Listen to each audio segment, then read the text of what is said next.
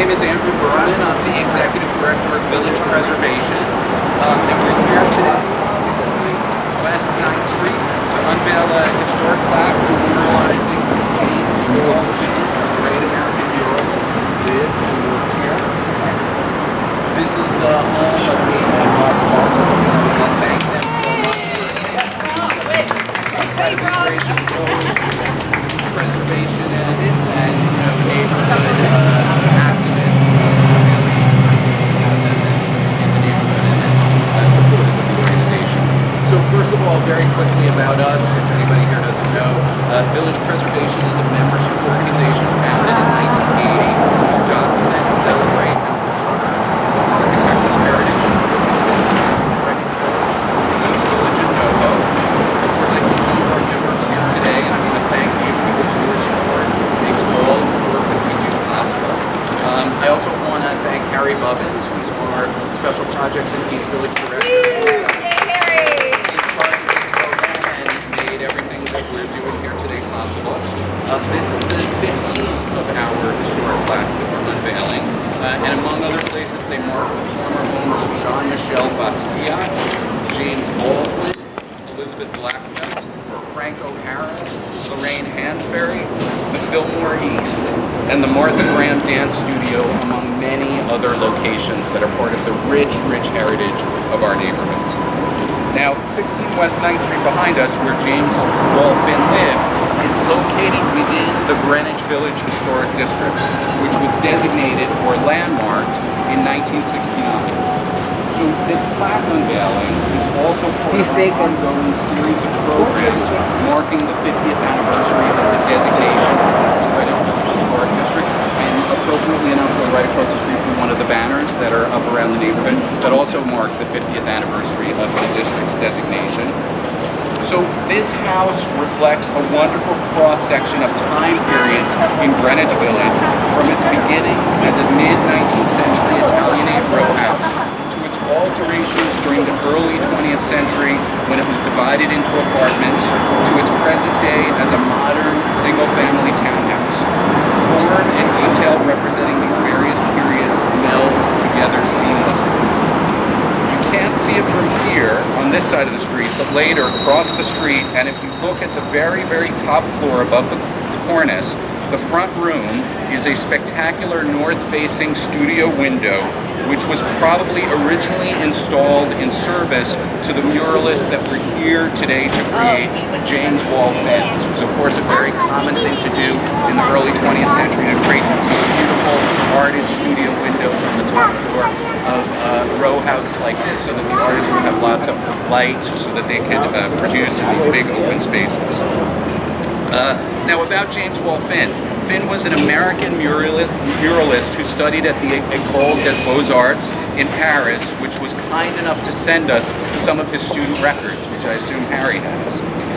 Finn came to number 16 here as a boarder of the Quinn family that lived here up through the 1930s. He married Florence Lee Quinn, the daughter of then-owner Francis Quinn, and raised 3 children here. Finn, though not a household name, had a really remarkable career. He created the murals for the grand Fifth Avenue residences of John Jacob Astor IV, Thomas Fortune Ryan, and Payne Whitney.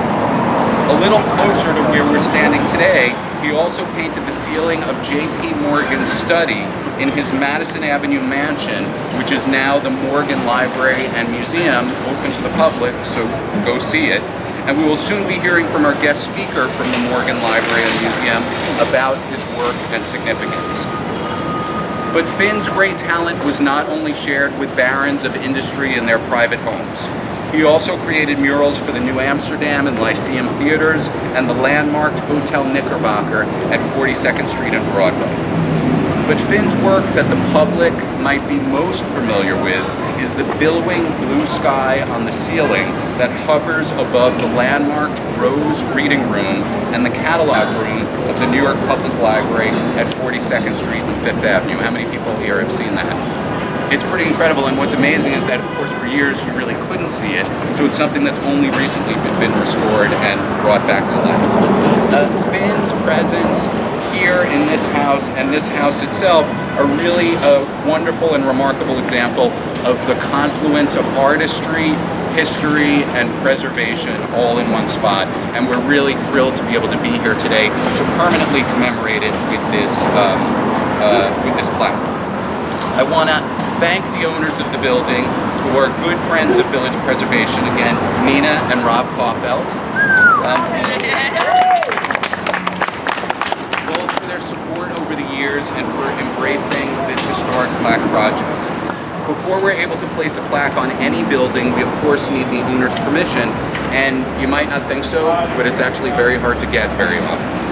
Nina and Rob were incredibly enthusiastic about celebrating the history of their home and have been loving stewards of their historic property since they've been here.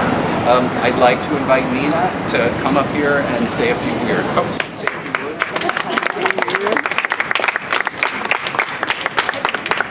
Andrew, thank you so much. I want to thank Andrew and Harry and Linnell and everyone at Village Preservation. We love you and the work you do. It was really fun and easy to work with you. And going around, we want you to know, for all the neighbors here on West 9th Street, which is the only block of West 9th Street in Manhattan. There's one in Brooklyn. We have other notable people who lived on this block. Maurice Sendak, Ida Tarbell, a muckraker. Anais Nin, a poet and novelist. The co-founder of the New York Times, here at number 14. Not a name I knew. Raymond and Jarvis. Who knew the co-founders of the New York Times? Well, they did it here. So we're hoping to encourage our neighbors to do the same thing, so everyone lingers longer on our block and walks right up close to read it. And I only want to add a personal note. We live here, Rob and I, with Julian, Jacob, and Rose, and we get a big kick out of thinking about the soul of the building and the souls who came through the building. And there's a show on at the moment called Novenus at the Rattlestick Theater, which takes just this theme for St. Vincent's Hospital, through which came a great number of souls and spirits, and through which some of them left. Our two children were born in that tower. What's the Morehouse Tower? At St. Vincent's? Yes. So it wouldn't matter if James Wolfin were a fine muralist, or a farmer, or an electrician, or a lamplighter. We just love to know who came through here. And I like to picture that he came home from art school in Paris, and he wandered the streets of the village, and he looked for a room to rent. And he rented it here from the landlords, the Quinns, who had 3 daughters. He had the good luck, or perhaps she did, or both, to marry Frances Lee Quinn, married the landlord's daughter, raised 3 children here. And when we found out he was buried in Greenwood Cemetery on October 7th, we thought we would celebrate the life and work of James Wall Finn on the day we celebrate the life of my husband, Rob.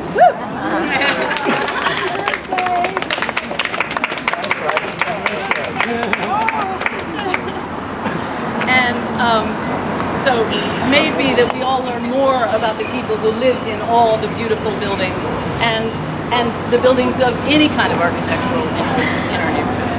Thank you.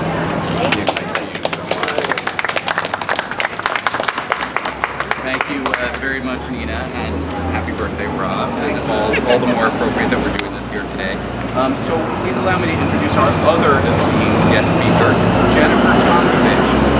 Jennifer is the Eugene and Clare Curator at the Morgan Library and Museum, and she has a very intense and personal relationship with Finn and his artwork being housed there, and so we've asked her to join us today and say a few words. Thank you. I'll speak to it.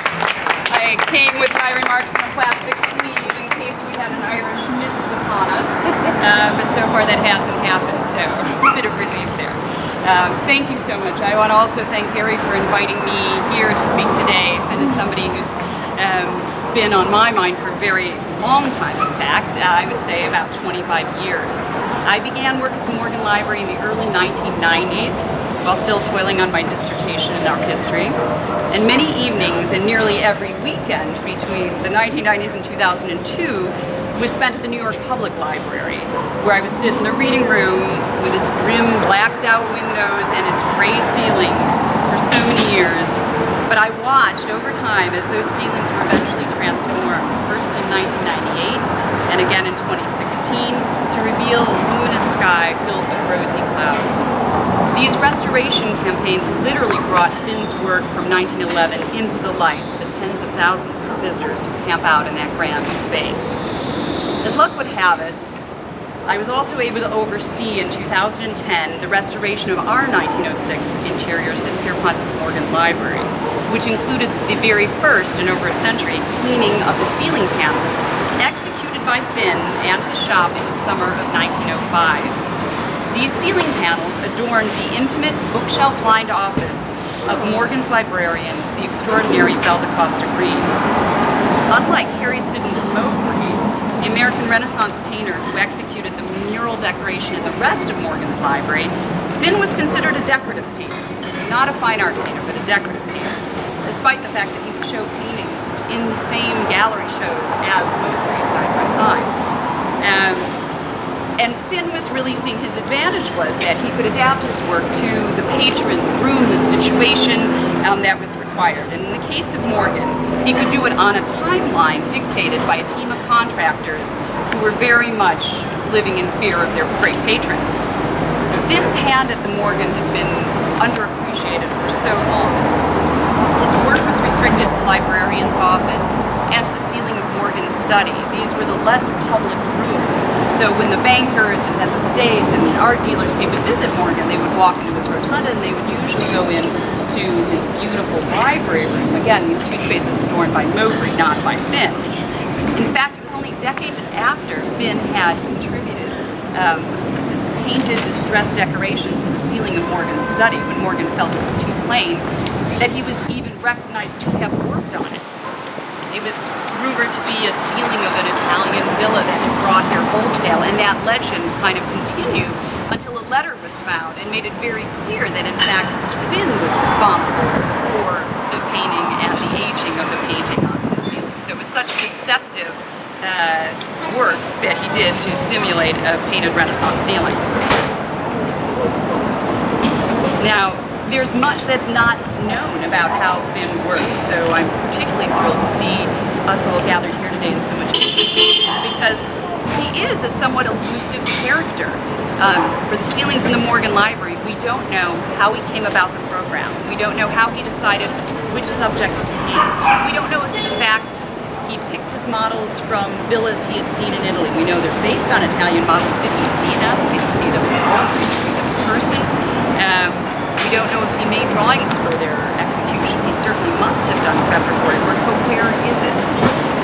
We also don't know the name of the many trusted assistants he worked with, including his head man, who actually painted the central portion of Morgan's ceiling. So not only is Finn elusive, but he worked with a team of men. In every project, it would be Finn and his men. Finn would get his men together, and they're always referred to in the correspondence, but these are people who anonymously contributed to these projects. In recent years, writing about the decoration of the interior of Morgan's library, I realized two things. Finn's work was all around us in New York City, and he's virtually unrecognized for all the work he's done to beautify so many of the interiors that we admire. From theaters to libraries to hotels to courthouses. Finn was reflective about the tension between architects and decorative painters. Architects paid little respect to painters who came to a project with their own ideas. He felt the situation improved when architects traveled to Europe and saw the integration of the work of mural painters and architects. And soon, architects in America began including these painters, like Finn, in their projects from the beginning. Finn loved the challenge that this work presented. No two projects were the same, and there were different problems to solve every time in every building. Today's ceremony reminds us of the many talented artists like Finn who defined the Gilded Age in the city through their creativity and production. We should all look around us and wonder who made that when we see something, not just who was that made for. It's my great honor to be part of this ceremony marking the installation of this plaque that helps remind all New Yorkers of the many artists who contributed to our vibrant cultural institutions and ensured that it's the right of all New Yorkers to have beauty be a part of their daily lives.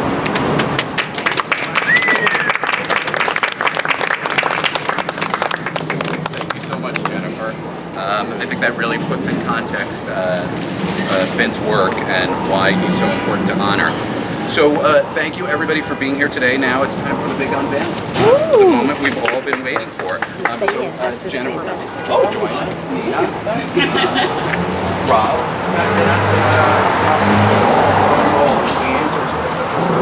I know people are going to want to take pictures, so we'll try to stand up.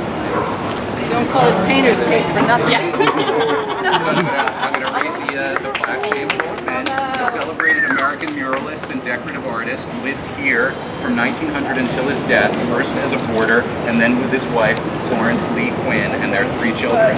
He added the studio dormer window crowning the house's roof in 1910.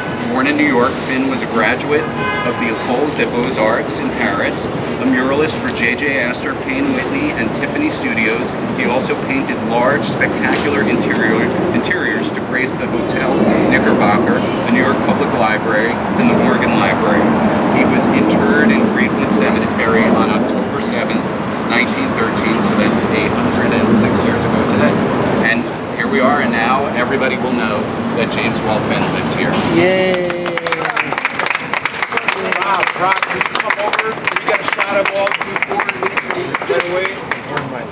Thank you. Let's get a shot of our homeowners and speakers, and then go for it. It's our 15th. Village preservation. Wait, are you unveiling it? I think it is the Already did. Come on down. right? Yeah, you good.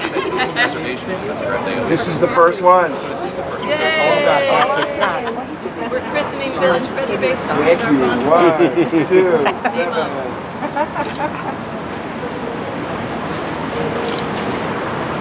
One more thing. We have sent You two almost missed a picture. fifth graders Great. upstairs to bring you a glass of wine or water if you'd like to have one here in the yard. And I just want to tell you one more story about Florence Lee Quinn. It is Florence. James Wolfman died in 1913, and his widow lived another 20 years, like Eliza Hamilton. And in 1934, she gave her house a Diamond Jubilee 75th birthday party.